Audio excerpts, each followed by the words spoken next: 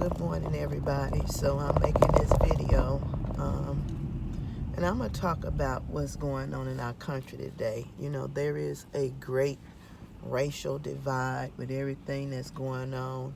In the dark house is no longer the White House. It's a dark house because there's so much evilness and foolishness going on in there. And then you have a organization of Republicans who think it's okay for the foolishness, the lies, the deception, the manipulation, the trickery, the bullying.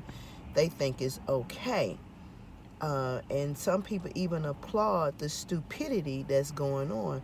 So it makes you wonder, you know, how our country view things and how we deal with things. And I still say, and I'll say it again, if we would have the president we had prior to him, would a lot of us be okay with enduring the foolishness that we're enduring with this dummy that sits in the Oval Office, lying and doing what he's doing?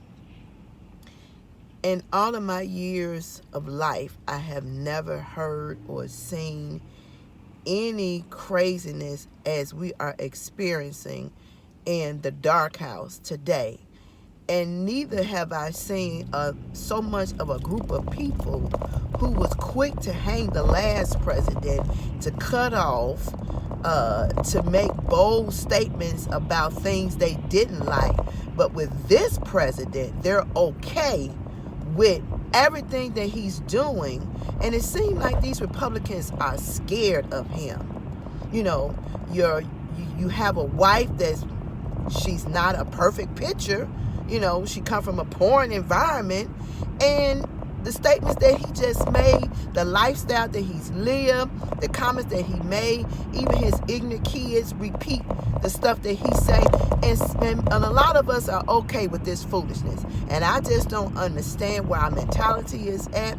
I don't understand how we're okay, you know, with the things that's going on in the dark house. I don't understand how the Senate, Mitch McConnell, and all these other individuals that hold these positions, that's okay with this nonsense that's going on. It's just crazy. The money that's being spent, nobody talks about that. The money that's being hidden, nobody talks about that. The money that's being manipulated, nobody talks about that. And I am so happy that the Democrat decided to do these hearings openly where everybody can see what's really going on, because it's been too much undercover stuff that's been going on. And if number 45 was not in office and somebody was in office, like he, you know, reamed Obama about his birth certificate, like he went in on everybody else when they was running for office, they should do this and they should do that.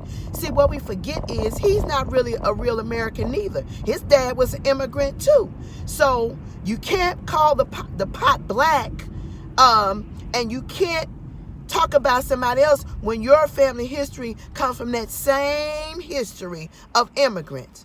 And I think we miss some concepts. It's okay for him to talk about people. It's okay for him to degrade people. It's okay for him to cut people up and say what he want to say. And we think that's cool.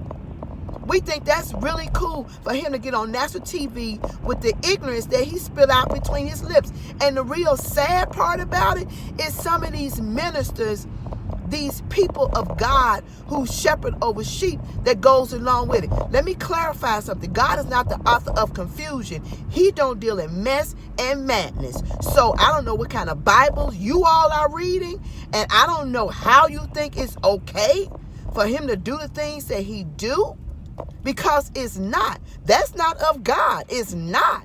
So we really need to stand in the mirror and check ourselves, because the foolishness that we're looking at, the foolishness that we have dealt with since he's been in office, it needs to cease.